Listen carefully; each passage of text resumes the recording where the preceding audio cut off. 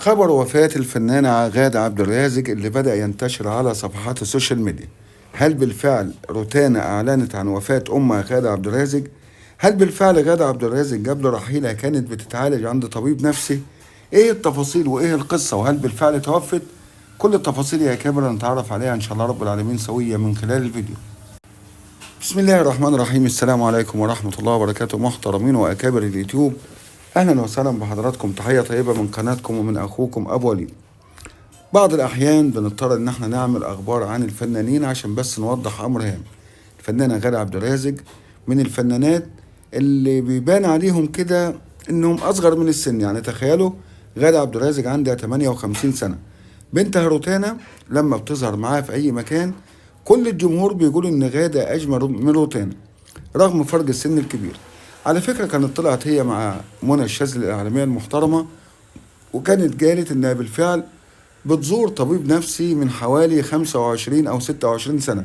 وبالمناسبة زيارة الطبيب النفسي ما هي السبة، زيارة الطبيب النفسي ما هي شعار ولا سبة، ده طبيب زي أي طبيب، زي الباطنة والقلب، عافانا الله وإياكم. لكن انتشر في الساعات الأولى من صباح اليوم إن الفنانة عبد الرازق توفت عن عمر يناهز 58 عام. كل القصة يا سادة إن الفنانة غادة عبد الرازق تعرضت لوعكة صحية، وبنتها نشرت على صفحتها بتطلب الدعاء لأمها عادي زي ما بيحصل كتير مع كل الفنانين. ده انتشر كمان خبر عن الفنانة غادة عبد الرازق، انتشر إنها تبدأ تتنحى تماما وتبعد عن الحياة الفنية، وإنها ترتدي الحجاب وهتكمل حياتها في طاعة المولى جل وعلا. والله أفلحت إن صدقت. لكن لو حضراتكم رجعتوا بالذاكرة هتلاقوا إن مثل هذه الأخبار دائما تنتشر، لا سيما على الفنانين اللي الأضواء بتبعد عنهم شوية. أول ما يبعد عنهم الأضواء يبدأوا كده يعملوا أي شيء يلفتوا الأضواء تاني ليهم ويجذبوا النظر تاني ليهم. إذا كان الفنان اسمه ما عادش يتردد كتير بيخترع لنفسه ترند، إنها مثلا تتصور صورة بحجاب وتكتب تحتها أي كلمتين، إنها تقول إنها بتعرض لوعكة صحية وتطلب من الجمهور الدعاء، تخلي حد من أبنائها، مقصودش طبعا الفنانة غادة، أنا بتكلم بصفة عامة، تخلي حد من الأبناء أو المقربين ينشر خبر إنها في حالة صحية صعبة وإن الكل يدعي لها، فتلاقي اسمها يبدأ يتردد تاني على ألسنة الجميع.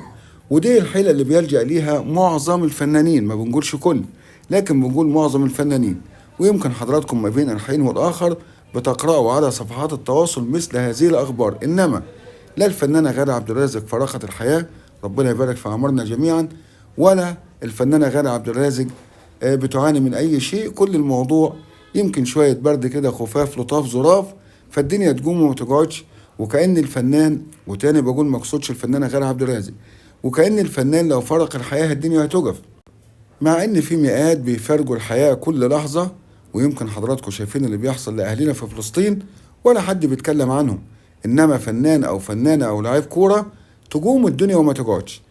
يعني نسأل الله العفو والعافية. على اي حال خبر غير صحيح، غادة عبد الرازق ما زالت على قيد الحياة، ربنا يبارك في عمرنا جميعا.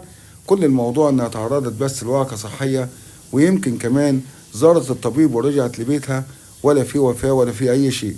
حبينا بس نوافي حضراتكم بآخر الأخبار.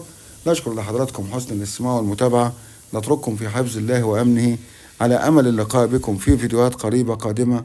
نستودعكم الله، والسلام عليكم ورحمة الله وبركاته.